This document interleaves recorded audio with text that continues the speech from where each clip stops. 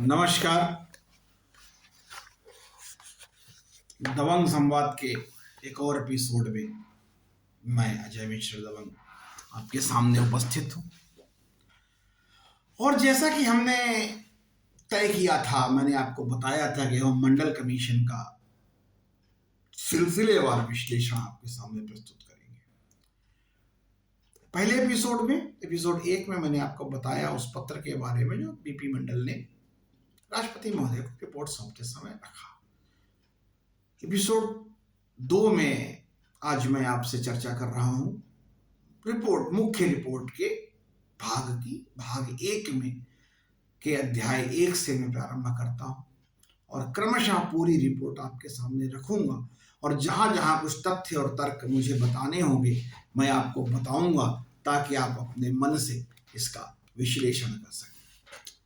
तो मंडल आयोग की इस रिपोर्ट का अध्याय 1, पहला पिछड़ा वर्ग आयोग। उसके पहले निवेदन ये करूंगा कि आप सब लोग चैनल को सब्सक्राइब कर लें, अपने मित्रों को प्रेरित करें, ताकि अधिक से अधिक लोगों तक हम अपनी इस सामान्य वर्ग की आवाज को लेकर के, इस राष्ट्रहित की आवाज को लेकर के जा सकें और उनका समर्थन और सहयोग प्राप्त कर सकें। तो चलिए प्रारंभ करते हैं।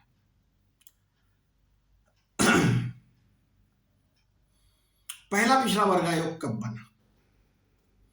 भारत के संविधान के अनुच्छेद 340 के तहत स्वर्गीय काका साहब कालेलकर की अध्यक्षता में पहले पिछड़े वर्ग आयोग का गठन राष्ट्रपति के आदेश से 29 जनवरी 1953 को हुआ।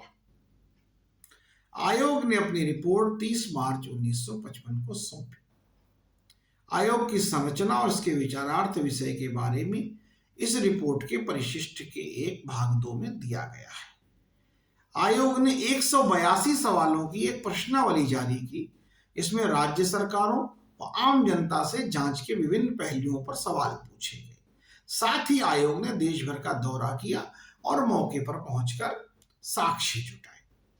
उपरोक्त प्रक्रिया के मुताबिक एकत्र किए गए साक्ष्यों की छानबीन और उन्हें संक्षेप में करने के बाद आयोग ने सामाजिक और शैक्षणिक रूप से पिछड़े वर्ग को चिन्हित करने के लिए निम्नलिखित मानदंड तय किए।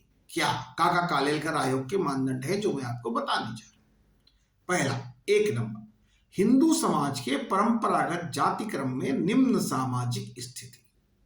नंबर 2, किसी जाति या समुदाय के बड़े तबके में सामान्य शैक्षणिक उन्नति की कमी। नंबर 3, सरकारी सेवाओं में अपर्याप्त प्रतिनिधित्व या प्रतिनिधित्व न होना। और नंबर 4, कारोबार, वाणिज्य एवं उद्योग के क्षेत्र में अपर्याप्त प्रतिनिधित्व। ये 4 बिंदुओं पर काका कालेलकर आयोग ने काम किया। अब जाति क्रम में इनके हिसाब से देखें तो कौन नीचा है कौन ऊंचा है। हर जाति का एक अपना कार्य था, सब अपना कार्य करते थे।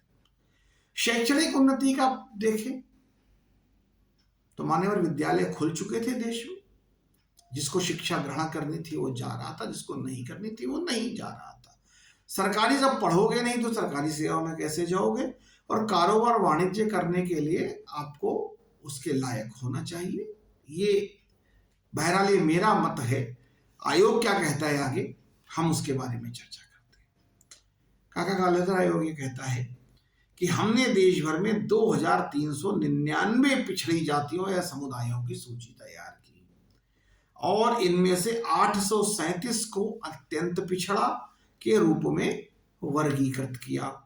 भारत के महापंजीयक एवं जनगणना आयोग ने 930 पिछड़ी जातियों और समुदायों की जनसंख्या का अनुमान लगाने में आयोग का सहयोग किया। 1.4, पिछड़े वर्गों के उत्थान के लिए आयोग की सिफारिशें बहुत व्यापक क्षेत्र में और समग्रता लिए हुए हैं। क्या? इसमें व्यापक भूमि सुधार, ग्रामीण अर्थव्यवस्था के पुनर्संगठन, भूदान आंदोलन, पशुधन विकास, डेयरी फार्मिंग, पशुधन बीमा, मधुमक्खी पालन, सुअर पालन, मछली पालन, ग्रामीण कुटीर उद्योग का विकास, ग्रामीण आवास, सार्वजनिक स्वास्थ्य और ग्रामीण पेयजल आपूर्ति, वयस्कों की शिक्षा, विश्वविद्यालय शिक्षा, सरकारी सेवाओं में पिछड़े वर्ग की हिस्सेदारी, आदि आदि विविधीकृत क्षेत्रों को शामिल किया गया। और आयोग की जो कुछ उल्लेखनीय सिफारिशें थी वो क्या थी? नंबर 1, काका कालेलकर आयोग ने जो सिफारिशें की कि 1961 की जनगणना में जनसंख्या के जातिवार विस्तृत विवरण को शामिल किया जाए। नंबर 2, हिंदू समाज के परंपरागत जातीय सोपान में उसकी निम्न स्थिति के मुताबिक उसके सामाजिक पिछड़ेपन की तुलना की जाए। नंबर 3, सभी महिलाओं को पिछड़े वर्ग में माना जाए। नंबर 4, सभी तकनीकी और व्यवसाय संबंधी यानी कि प्रोफेशनल संस्थानों में पिछड़े वर्ग को अर्हता प्राप्त क्वालिफाइड विद्यार्थियों के लिए 70% सीटें आरक्षित की जाए। मतलब टेक्निकल एजुकेशन में वो कहते हैं कि 70% साहब बैकवर्ड को दे। चलिए, नंबर 5, सभी सरकारी सेवाओं को रिक्तियों और स्थानीय निकायों में अन्य पिछड़े वर्ग के लिए न्यूनतम आरक्षण निम्न पैमाने पर किया जाए। प्रथम श्रेणी में 25%, द्वितीय श्रेणी में 33 सही 1/3 मतलब 33.3%, तृतीय और चतुर्थ श्रेणी में 40%। मतलब A class officer, class 1 officer 25% reserve कर दीजिए आप, क्लास 2 ऑफिसर 33.3% रिजर्व कर दीजिए, थर्ड और क्लास 4 को 40% सीटें ओबीसी को दे दो। यह उल्लेख करना मुनासिब होगा कि आयोग एकमत होकर रिपोर्ट पेश नहीं कर सका। आयोग के 5 सदस्यों ने असहमति नोट लगाए। डॉक्टर अनूप सिंह, श्री अरुणांशु डे और श्री पीजी शाह ने पिछड़ेपन को जाति से जोड़ने का विरोध किया। बिल्कुल ठीक बात। उन्होंने जाति के आधार पर पदों के आरक्षण का भी विरोध किया। जो काका कालेलकर आयोग वगैरह चिल्लाते रहते हैं, पढ़ते नहीं है कि आयोग के 5 मेंबरान ने असहमति नोट लगाए हैं, जिन्होंने कहा कि जाति पिछड़ेपन की निशानी नहीं है। श्री डीएस चौरसिया ने अपने 67 पेज के सहमति नोट में जाति को पिछड़े वर्ग का मानदंड बनाने का पुरजोर समर्थन किया। वहीं टी मरियप्पा का सहमति नोट सिर्फ 2 जातियों को अन्य पिछड़े वर्ग में शामिल किए जाने को लेकर था। आयोग के चेयरमैन श्री काका कालेलकर ने इस मसले पर गोलमोल रुख अपनाया। हालांकि उन्होंने औपचारिक रूप से सहमति नोट नहीं लगाया, लेकिन राष्ट्रपति को भेजे गए उनके अग्रेषण पत्र में जाति को पिछड़ेपन का आधार माने जाने का विरोध किया गया। उन्होंने आयोग की ओर से की गई कुछ अन्य महत्वपूर्ण सिफारिशों को लेकर भी आपत्ति जताई। तो ये कालेलकर आयोग के बारे में मंडल साहब लिख रहे हैं।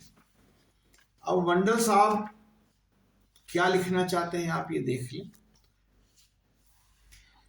अब काका कालेलकर आयोग की रिपोर्ट पर सरकार ने क्या कार्रवाई की?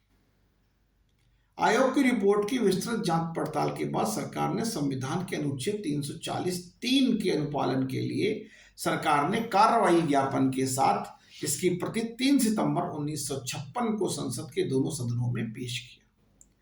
इस ज्ञापन में पाया कि संविधान की धारा 340 के अनुपालन के मुताबिक जांच के मकसद में विचार करना जरूरी था कि क्या अन्य पिछड़ा वर्ग को उचित रूप से वर्गीकृत किया गया है।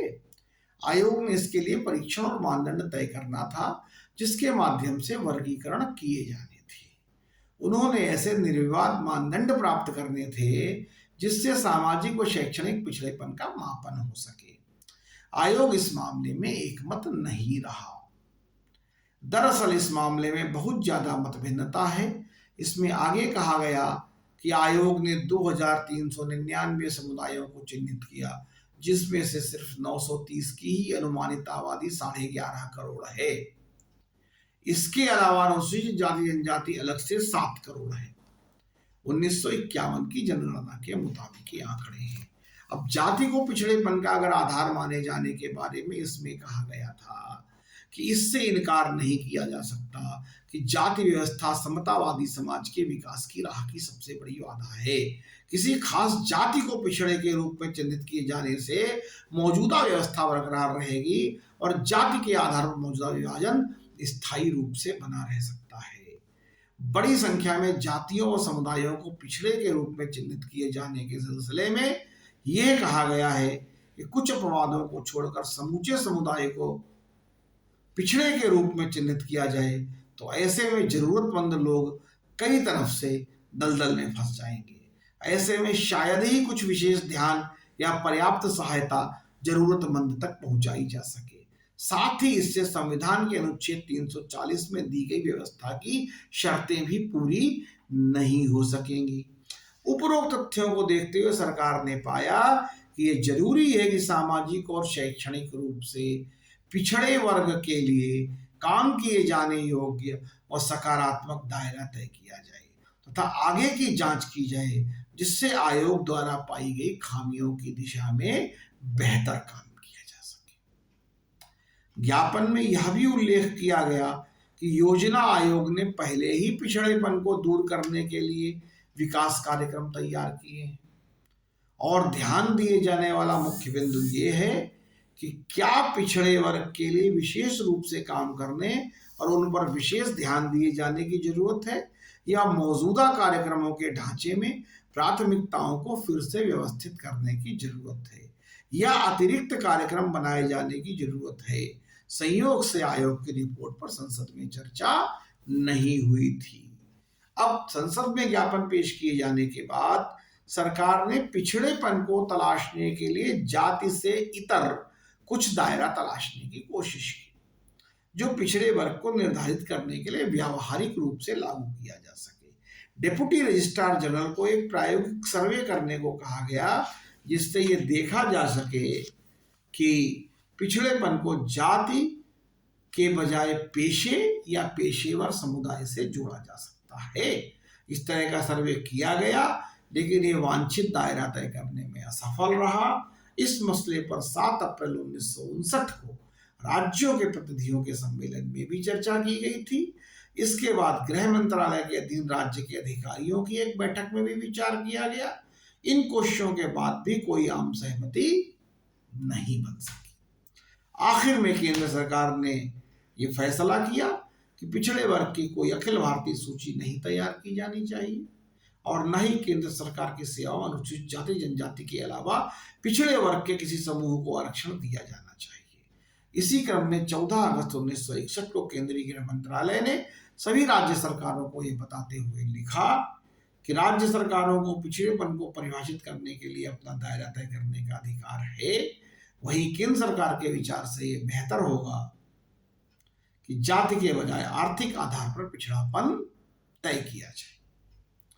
पिछड़े वर्ग की सूची बनाए जाने के सिलसिले में यह पाया गया, अगर केंद्र अनुच्छेद 338(3) के मुताबिक लोगों के कुछ समूह को अन्य पिछड़ा वर्ग के रूप में चिन्हित करती है, तो भी यह राह खुली रहेगी कि राज्य सरकार अनुच्छेद 15 और 16 को उद्देश्यों को पूरा करने के लिए अपनी सूची तैयार करे।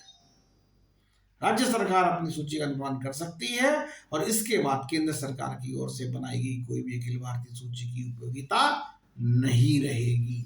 इस एपिसोड में इतना ही। इसके बाद मंडल ने क्या टिप्पणी की, उसके ऊपर हम अगले एपिसोड में चर्चा करेंगे और फिर राज्यों में के बारे में मंडल ने क्या लिखा, क्रमशः हम ये सब आपके सामने लेकर आते रहेंगे। बहुत बहुत धन्यवाद समय देने के लिए। अगले एपिसोड के लिए आप प्रतीक्षा करें ताकि हम पूरी रिपोर्ट क्रमशः आपके सामने लेकर आएं और पुनः निवेदन कि हमें सहयोग प्रदान करें, चैनल को सब्सक्राइब कर लें, शेयर करें ताकि हम अपनी बात को अधिक से अधिक लोगों तक ले जा सकें। धन्यवाद। जय हिंद। वंदे मातरम। भारत माता की जय।